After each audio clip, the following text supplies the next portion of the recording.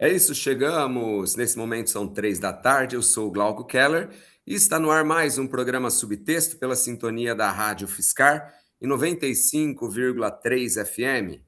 Convido você que está acompanhando a gente aqui pelas ondas do rádio, ouvindo, escutando diferente, para você vir para o YouTube e acompanhar esse bate-papo com o convidado de hoje em áudio e também em vídeo. É só você se inscrever no canal Glauco Keller. E se você curte podcast, se você gosta de ouvir um bom bate-papo enquanto você lava a louça, enquanto você faz uma caminhada, enquanto você faz a sua atividade física, é só você seguir o programa Subtexto no Spotify. Você vai encontrar lá Programa Subtexto e vai poder acompanhar essa e outras entrevistas. Tem mais de 80 escritores e escritoras que semanalmente passam por aqui nas ondas do rádio e também da internet. O escritor de hoje vem falar sobre literatura, mas vem falar também sobre história, sobre sociologia, sobre filosofia e sobre religião. Eu estou falando de Dan Bade, que gentilmente bate um papo com a gente no programa Subtexto. Dan, seja bem-vindo na nossa bancada virtual. Olá, Glauco, agradeço a você a oportunidade, olá a todos da sua audiência aí, agradeço, né, a participação para poder falar sobre o livro aí. Bom, já para sintonizar quem está acompanhando a gente pela internet e também aqui pela rádio, o Dan acaba de lançar um livro que eu vou chamar de polêmico, mas ao mesmo tempo extremamente interessante. O Silêncio do Apóstolo, a outra história sobre a vida de Jesus, uma ficção sobre a verdade ou a verdade sobre que virou ficção. Eu vou mostrar aqui para quem está acompanhando a gente pelo YouTube, também pelo Spotify. É uma obra que traz uma outra forma de entender passagens bíblicas e, em especial, a história de Cristo.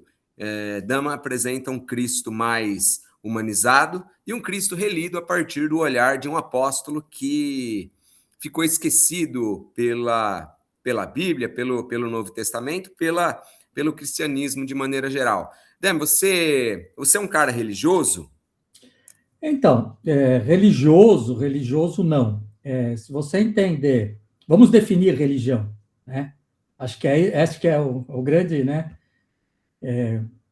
Assim, se você acredita em algo, né, um mistério do que pode ser que eu seja religioso, mas em dogmatismos, né, eu já não acredito. Eu acho que eu busco muito mais a informação filosófica, né, das religiões, e sejam todas elas, porque todas elas nascem de um pensamento, de alguma coisa nesse sentido, do que um dogma específico. Faça isso, né, os axiomas. É porque é, então, nesse caso eu não seria, mas tentando entender uma consciência humana, universal, talvez eu seja, entendeu? Então eu deixo isso meio aberto.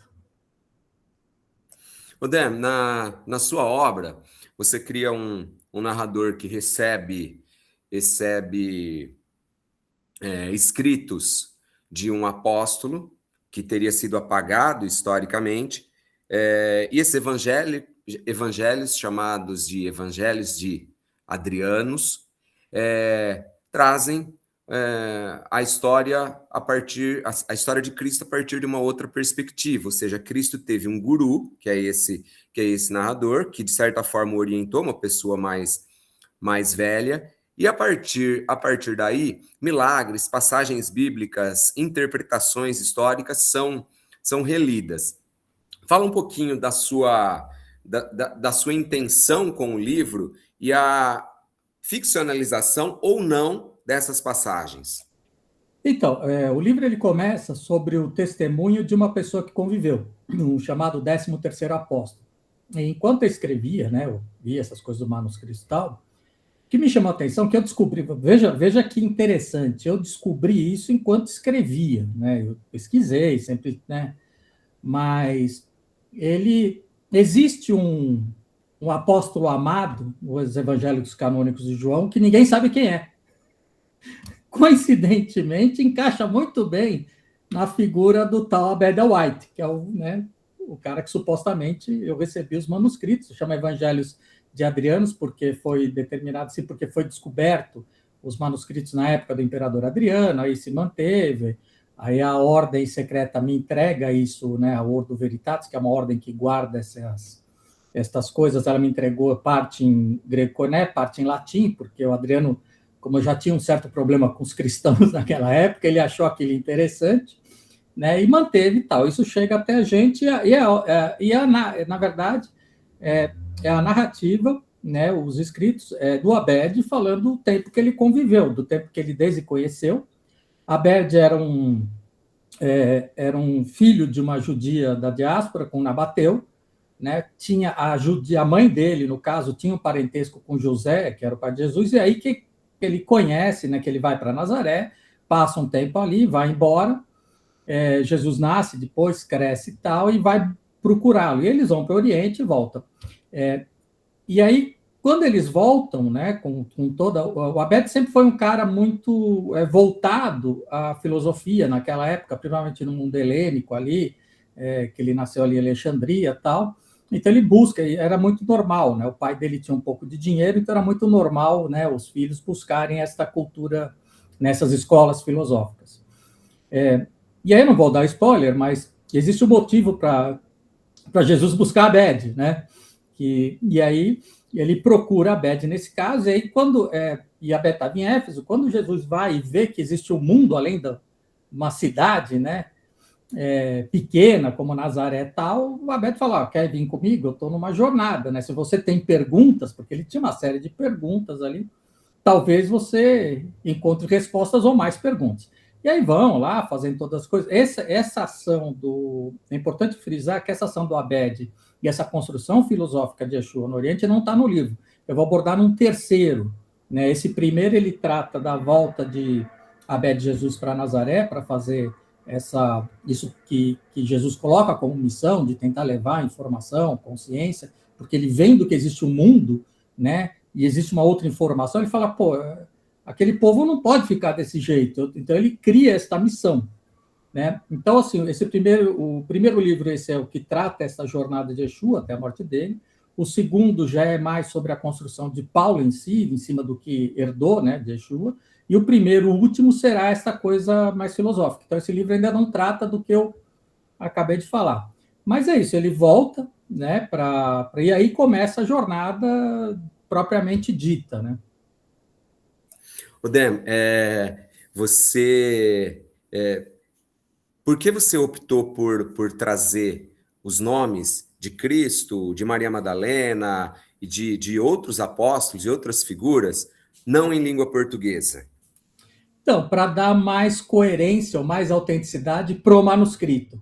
Você entendeu? Isso é um artifício que eu usei, achei interessante, porque, inclusive, para tentar transportar o leitor para a época, entendeu? Para entender aquilo, entendeu? Porque, no fundo, a hora que você acaba de ler o livro, você fica na dúvida, né? Porque tem Isso funcionou muito bem, né? Tem tanta plausibilidade histórica ali que você fala, o Dan está tirando com a minha cara, isso de fato é... E aí fica a grande pergunta, porque no fundo é uma grande, né? Todo mundo interpreta a história da maneira que for.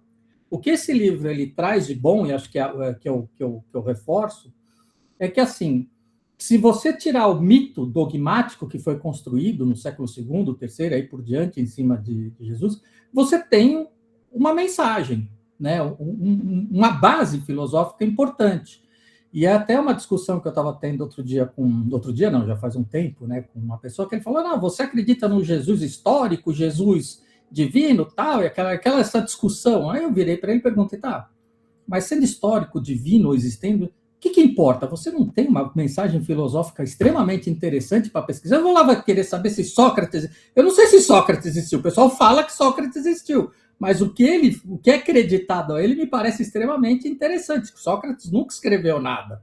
Agora, ninguém deixa, né, de acreditar que existiu um Sócrates. Então, eu acho que Jesus passa pelo mesmo problema. E o que me preocupa quando eu fiz essa discussão, eu falei, por que o que importa? Se o que importa para você, se a intenção é a mensagem, o ágape, todas aquelas coisas, por que você está tão preocupado em ter uma existência, seja histórica ou seja divina? Se preocupa com a mensagem, entendeu? Acho que o livro traz isso.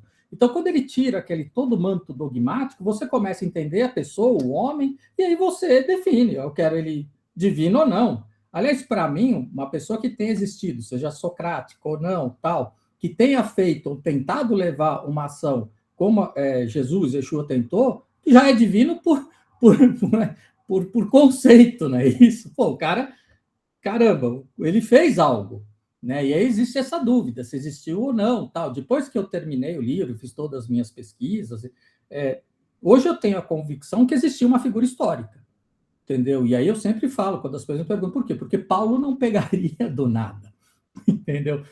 Paulo precisava tinha muitos movimentos na época. Por que Paulo escolheu esse? Ele não ia escolher de uma figura que não existisse, entendeu? Ele precisava disso. É aí que começou a sua teologia e tudo mais. Então, esse é o caminho do livro aí.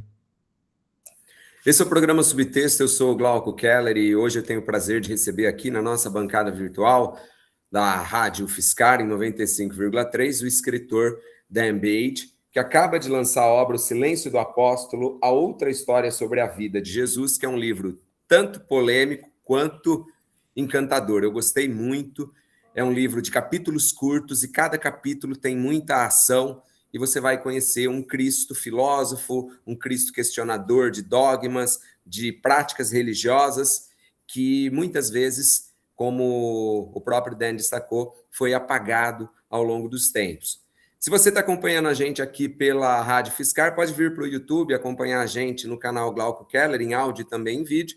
E se você curte podcast, segue lá o programa Subtexto, que você vai encontrar várias entrevistas de autores e autoras que semanalmente passam por aqui, trazem um pouco de frases, de textos, de pensamentos reflexivos para você nas ondas do rádio e da internet.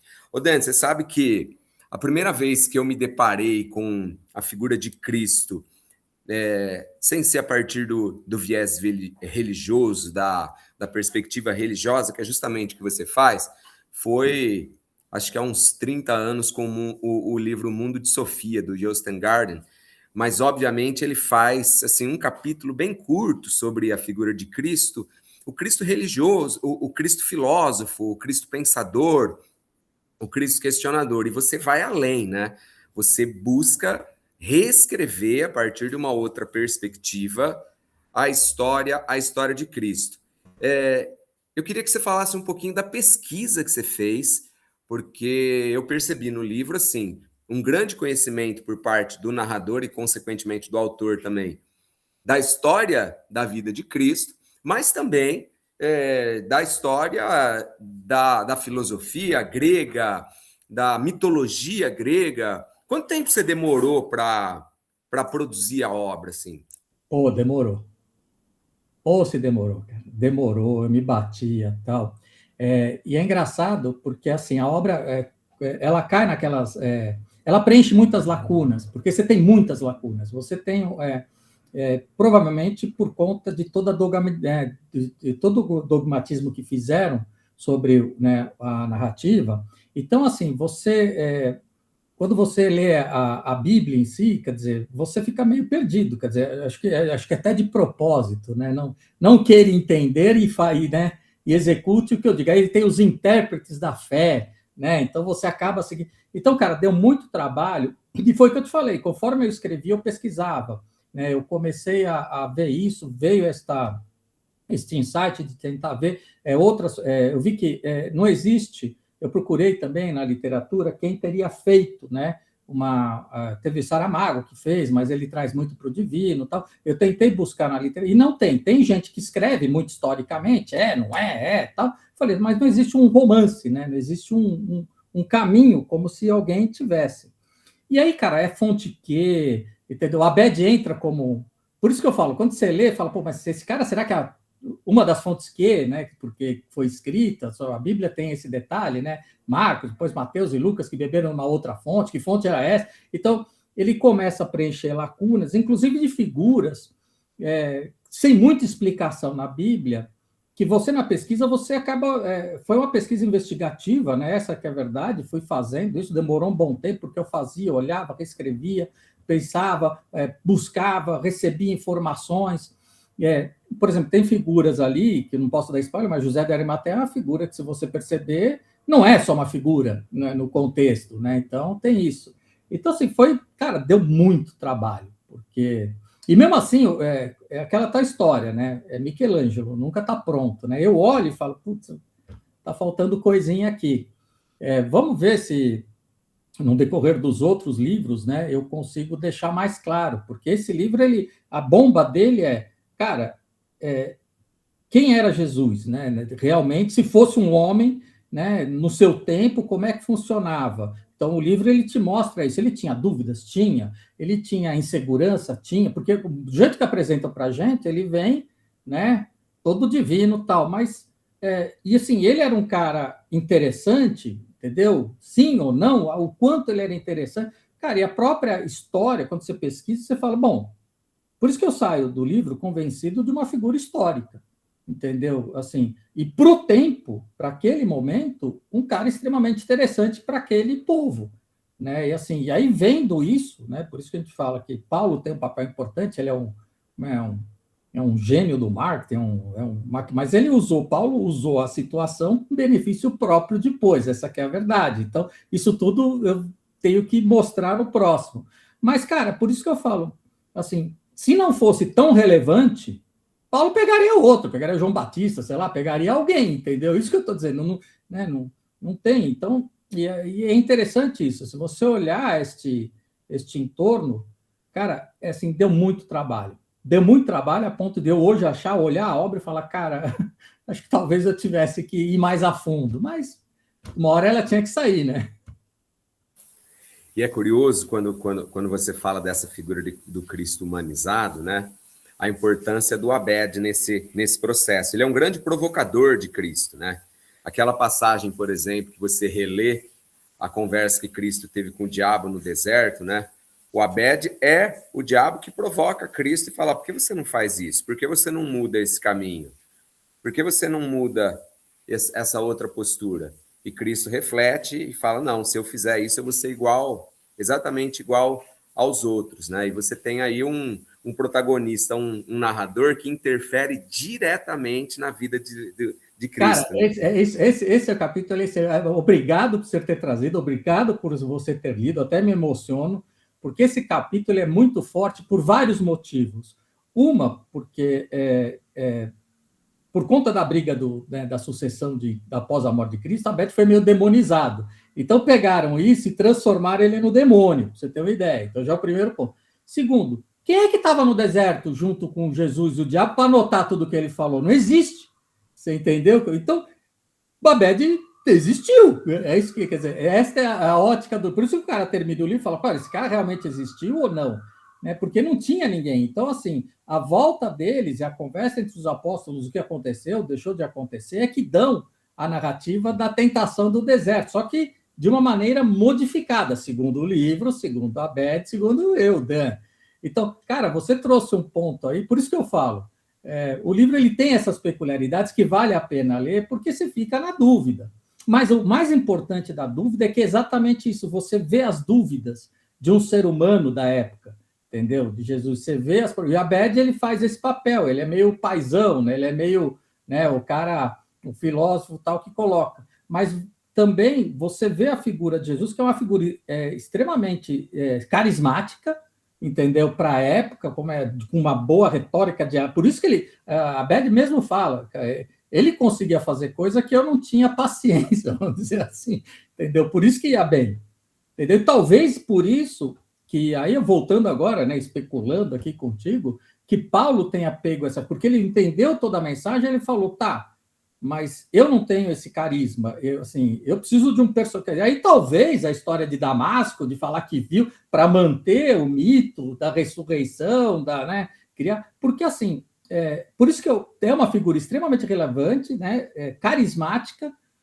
tá isso descrito no livro, e aí você fala, putz, Abed é o contraponto. Existem lá ali pelo livro você vai ver que existe um tripé nesse movimento, Abed, Maria e Jesus, né, que depois lá na frente determina. Mas, cara, você trouxe um capítulo, cara, putz, eu tô feliz pra caramba que você trouxe isso, porque é um dos melhores capítulos ali, com certeza. Esse é o programa Subtexto, eu sou o Glauco Keller e hoje eu tenho o prazer de receber na nossa bancada virtual aqui da Rádio Fiscar, em 95,3 FM, o escritor Dan Bage. Está aqui a obra sobre a qual a gente está conversando, O Silêncio do Apóstolo, a outra história sobre a vida de Jesus, um livro que conta a história de manuscritos esquecidos, apagados, escondidos, de um apóstolo, guru, mentor de Jesus, que traz uma visão, uma perspectiva mais humanizada e menos romantizada do que aquela vista nas passagens bíblicas, como o Dan destacou, de Lucas e Mateus e de tantos outros apóstolos. Você que está acompanhando a gente aqui pela Rádio Fiscar, pode vir aqui para o YouTube acompanhar a gente em áudio e também em vídeo. É só se inscrever no canal Glauco Keller, ou então, se você curte um bom podcast, é só você seguir o programa Subtexto. Quero aproveitar para fazer um convite especial para você conhecer o Canto das Letras. O Canto das Letras é uma livraria, um sebo onde você encontra obras da literatura nacional, universal, HQs, muito vinil e, claro, você toma um café, conversa com o Serginho, que é o mantenedor do Canto das Letras, fala sobre arte, sobre educação, sobre cultura, toma o seu café enquanto você ouve uma obra de jazz, de blues, de MPB e escolhe o seu livro. O Canto das Letras é um espaço aconchegante e é o nosso apoiador cultural aqui. Como você sabe, todo mês tem sorteio de livros, já passaram por aqui Clarice Lispector, já passou Graciliano Ramos, já passaram grandes autores e autoras da literatura universal, como Franz Kafka, como George Orwell e tantos outros. E esse mês tem mais sorteio de livros, você fique atento às nossas redes sociais, porque sempre tem uma obra da literatura nacional e universal para você. Se você quiser mandar um WhatsApp lá para o Canto das Letras, perguntando sobre um disco, perguntando sobre um CD, perguntando sobre um livro, o número é 16 982 464964, vou repetir, 16 982 464964. Você conversa com o Serginho e certamente você vai curtir muito o espaço do Canto das Letras. Canto das Letras, compra, venda e troca, o espaço mais aconchegante de São Carlos e região. Ô Dan, eu quero ler um trechinho, cara, de uma passagem aqui. Começou a chover muito aqui, vocês devem estar ouvindo. Antes, deixa eu, não sendo prepotente, né, não sendo presunçoso, vamos dizer assim, você citou George Orwell e tudo mais, eu vou mandar para você pelo menos uns livros aí para você poder fazer um sorteio ou fazer as ações que você achar legal contigo e com o Canto das Letras aí, tá bom? Quer dizer, não é um George Orwell, né, não é, mas já é um trabalho aí, né, para apoiar a causa de vocês, que achei super interessante.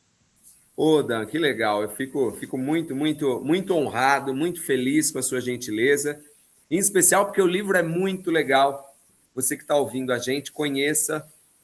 O livro, ele dialoga muito, ele está exatamente numa linha tênue entre aquilo que é ficção e que não é ficção. Eu acho que o Dan conseguiu trazer aspectos ficcionais, de ação, de curiosidade, que fazem a gente mergulhar. E, como eu falei, os capítulos curtos levam a gente, só vou ler mais esse. E, de repente, a gente percebe, a gente leu muito. O livro é muito interessante, esse olhar filosófico humanizado de Cristo. Dan, ainda no começo do livro, quando você fala sobre os mitos gregos, você diz assim, ele assim assentiu, falando de Cristo, e prosseguiu. Nos mitos gregos, os deuses não escondem seus defeitos. Zeus engana, Hades sequestra, Hera se vinga. Não são modelos morais, mas retratos ampliados da alma humana. Servem mais para compreender quem somos do que para dizer o que devemos ser. Eu queria que você comentasse um pouquinho esse trechinho para os nossos ouvintes, para os nossos espectadores. Então, isso é muito legal, porque aí já entra na discussão filosófica sobre o crescimento, sobre o conhecimento.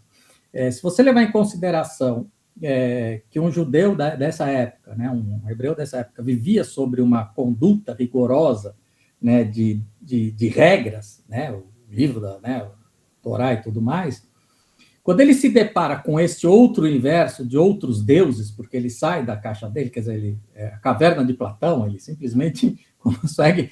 Cara, ele começa a entender o porquê das deidades. Ele até pergunta, será que tudo que me ensinaram sobre Deus é errado? Em algum momento do livro você vai achar isso, né? Que é a discussão que ele tem com o Abed.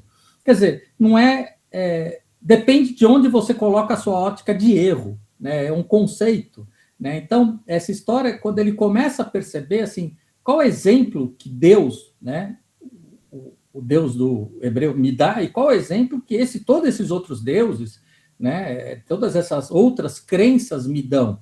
E aí é que começa a jornada dele. E ele descobre descobre, né, ele acaba vendo, e ele quer o que ele quer levar, que Deus realmente é a tua consciência, é o teu pensar, entendeu? A tua reflexão sobre o panorama. Por isso que é muito importante quando ele coloca que, assim, se você, assim, você tem que se importar com a outra pessoa, porque é o meu entorno, quer dizer, sou eu. Ao me importar com fulano, eu me importo comigo, quer dizer, então, e aí ele entendendo esse conceito de moral, de caráter, porque você imagina, pega para um hebraico raiz, né, da época tal, quer dizer, qual era a moral deles? Quer dizer, quando ele fala, mas espera aí, a moral pode ser discutida, entendeu? Ela pode ser revista, né?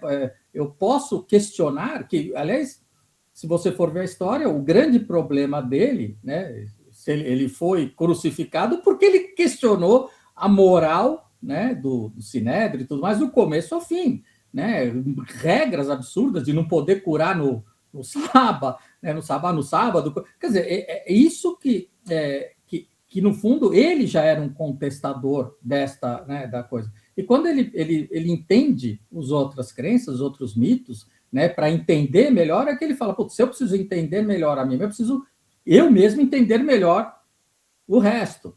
É isso que ele tenta levar naquele conceito. Por isso que acho que a mitologia, nesse caso, inclusive o mundo helênico e tudo mais tal, fazem não só com ele, você vê depois os próprios seguidores ali, você vê que tem muito dessa filosofia né, dos essênios e outros mais ali que carregam esta coisa. Mas é o que eu falo, precisava de um precursor, entendeu? Por isso que eu falo, cara, alguém começou. E assim, aí fala, mas pode ter sido, tinha também na época, acho que o rei Ashoka mandou uns budistas ali para a região tal, mas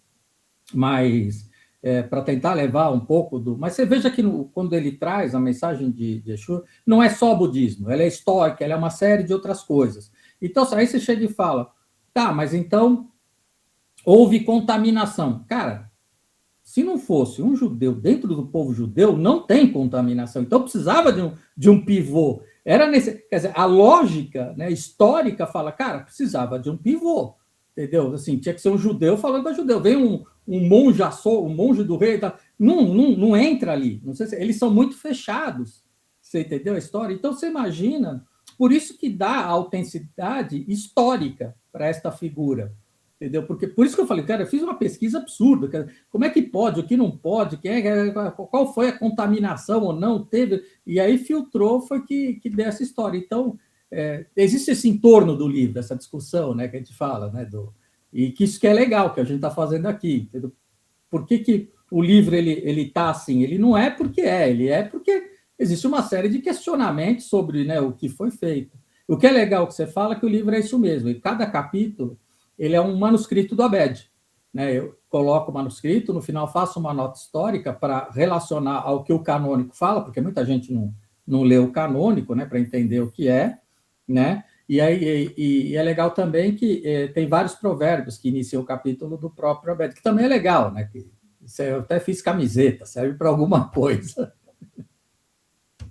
O Dem, você sabe que quando eu terminei de ler o livro, né, eu adoro abordar histórias, entre aspas, canônicas, dogmáticas, a partir de outras perspectivas, né? E eu me lembrei, as artes se correlacionam, né? Eu me lembrei de duas canções. Uma dos Rolling Stones, a música Sympathy for the Devil, né? Em que eles dão voz ao diabo e o diabo questiona o homem, fala, por que vocês não falam de mim? Por que vocês querem me esquecer? Eu sou importante para a construção da história da humanidade. Eu estive presente na crucificação de Cristo, na morte dos Kennedy, eu estive presente na Revolução Russa, na independência da Índia. Então, por favor, tenha um pouco de respeito. E a outra é uma música do Raul Seixas, chamada Judas, em que ele dá voz a Judas.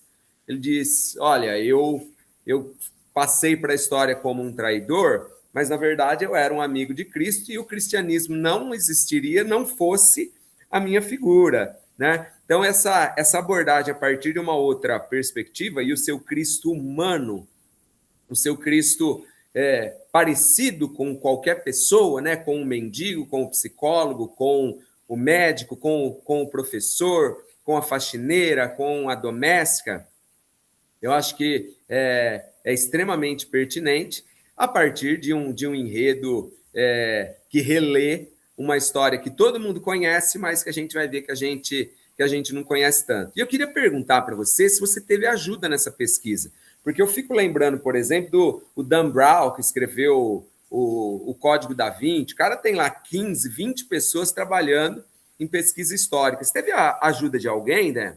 Não. Eu posso dizer que a IA me ajudou muito, entendeu? Mas tive muita discussão, porque ela traz umas absurdos ali, entendeu? Eu falo, tá, mas isso, porque se eu não tivesse algum outro conhecimento, ela teria me enganado. Eu falei, tá, mas isso não condiz. Mas assim, eu não tive, né, outras mãos senão a ajuda de pesquisa. A IA facilitou muito, né? As outras literaturas que já foram feitas a esse respeito, eu busquei ali também e tal, mas não tenho a estrutura do Dan Brown. Talvez não. Quem sabe um dia, se eu vender a quantidade de livros que ele vende. Isso, nos próximos livros, quem sabe, né? Pode ser, mas se você for ver, foi um trabalho muito pessoal, você entendeu? Que eu busquei ali e tal, e eu não sei nem se teria como dividir, entendeu? Porque, cara, para mim foi tão edificador, emocionante fazer isso, entendeu? Escrever sobre isso da maneira que foi escrita, que eu acho que eu sou meio egoísta, acho que eu não daria para mais ninguém me ajudar, não. Ô, Dan, a gente está chegando ao final do subtexto, Carol, já batemos um papo de quase 35 minutos. Eu estou adorando, assim como eu gostei muito do livro. Eu queria que você falasse um pouquinho sobre as sequências. Você falou que é uma trilogia, você deve escrever mais 2 livros trazendo essa mesma temática?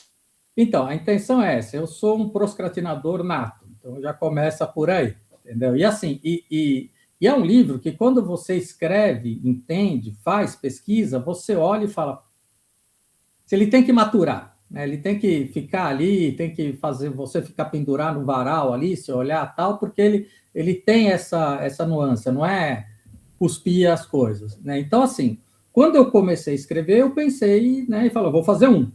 Aí eu comecei a ver que, putz, não vai dar, né? Quer dizer, não dá para ir para Paulo.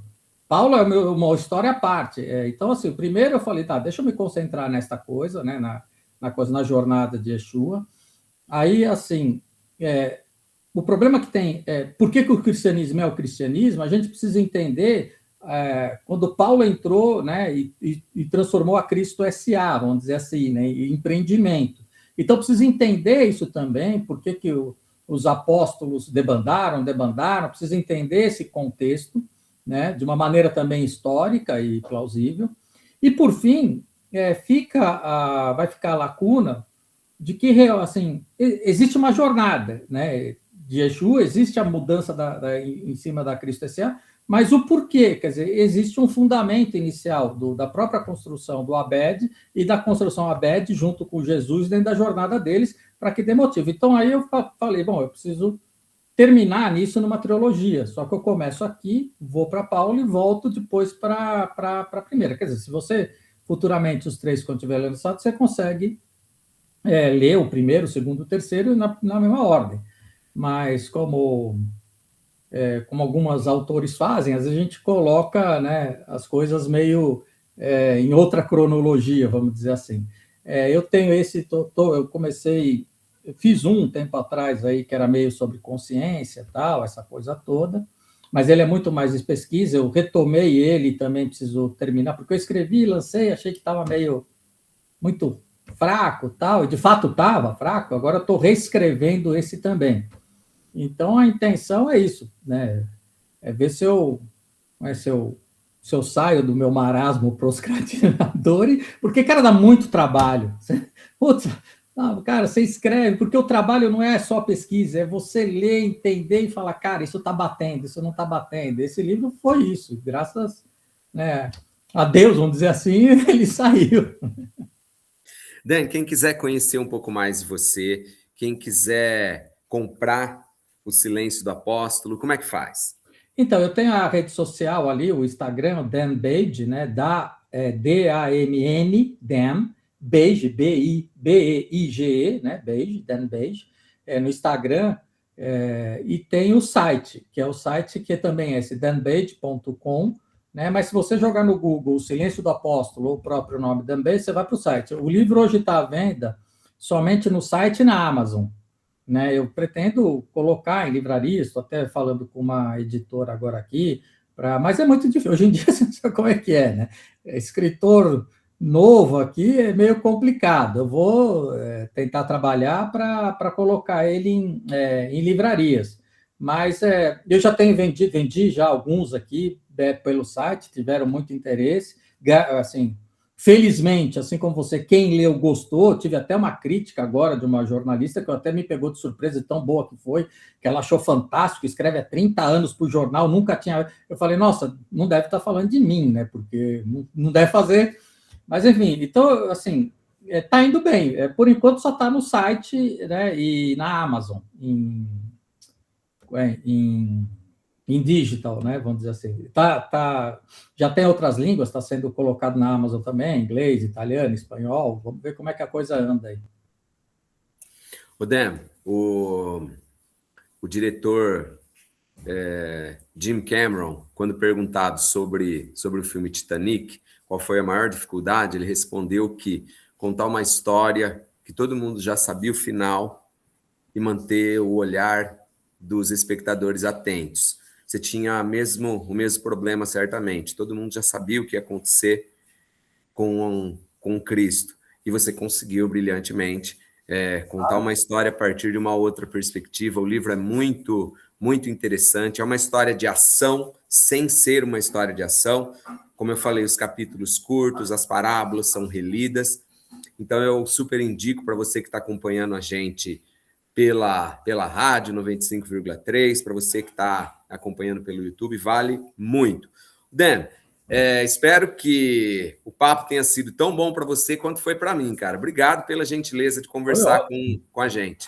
Foi ótimo, eu agradeço muito a oportunidade, né, de você... Aliás, suas perguntas foram bem diferentes de outras perguntas que eu recebi. Você pegou na veia ali, trouxe aquele capítulo fantástico ali da tentação do deserto. Estou muito feliz. Estou muito feliz pelo fato de você ter lido realmente. Entendeu? Isso, para mim, já fez pronto, já fez a entrevista aqui. Estou bem feliz.